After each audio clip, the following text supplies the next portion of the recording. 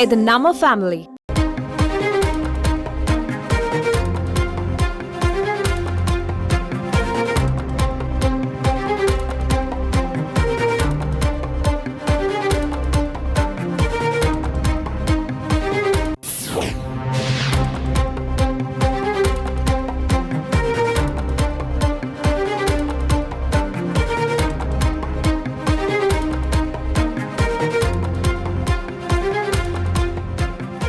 திமுக கூட்டணியில் இந்திய கம்யூனிஸ்ட் கட்சிக்கு 2 தொகுதிகள் ஒதுக்கீடு செய்யப்பட்டிருக்கின்ற நிலையில் எந்தெந்த தொகுதிகள் என்று அடையாளம் காணும் பணியானது இன்று மாலை நடைபெற இருப்பதாக தகவல் வெளியாக இருக்கிறது.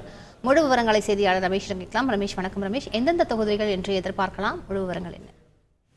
வணக்கம். திமுக கூட்டணியில் இந்திய கம்யூனிஸ்ட் கட்சிக்கு 2 தொகுதிகள் என்று எண்ணிக்கையில் மட்டுமே ஒதுக்கீடு செய்யப்பட்டு ஒப்பந்தம் என்பது கையெழுத்தாகி இருந்தது. எனவே அந்த 2 தொகுதிகள் எந்தெந்த தொகுதி என்று அடையாளம் காண்பதற்காக திமுக மற்றும் இந்திய கம்யூனிஸ்ட் கட்சி இடையே இன்று மாலை ஒரு பேச்சுவார்த்தை என்பது நடைபெற இருக்கிறது. திமுகவின் தலைமை அலுவலகமான அண்ணா அறிவாலயத்தில் திமுக தொகுதி பங்கீட்டு பேச்சுவார்த்தை குழுவுடன் இந்திய கம்யூனிஸ்ட் கட்சியின் பேச்சுவார்த்தை குழு சந்தித்து பேச இருக்கிறார்கள். இந்த சந்திப்பின் போது இந்திய கம்யூனிஸ்ட் கட்சிக்கு ஒதுக்கப்படும் 2 தொகுதி என்ன என்பது தெரிய வரும் என்று தகவல் வெளியாகி இருக்கிறது. இந்திய கம்யூனிஸ்ட் கட்சியை பொறுத்தவரைக்கும் கடந்த முறை திமுக கூட்டணியில் நாகை, திருப்பூர் என 2 தொகுதியில் போட்டியிட்டு இருந்தது. வரக்கூடிய நாடாளுமன்ற தேர்தலிலும் மீண்டும் நாகை மற்றும் திருப்பூர் என அந்த 2 தொகுதியுமே கம்யூனிஸ்ட் கட்சி கேட்டு வருவதாக சொல்லப்படுகிறது.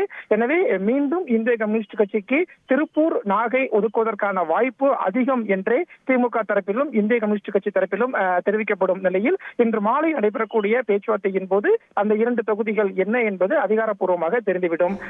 2 இந்திய கம்யூனிஸ்ட் கட்சிக்குமே எண்ணிக்கை மட்டும்தான் அடையாளம் செய்யப்பட்டிருந்தது. அதே போல காங்கிரஸ், மதிமுகவுக்கும் எண்ணிக்கையில் மட்டுமே அடையாளம் செய்யப்பட்டிருப்பதால் இன்றும் நாளையும் அந்த கூட்டணி கட்சிகளோடு பேச்சுவார்த்தையை திமுக நடத்தவும் இருக்கிறது.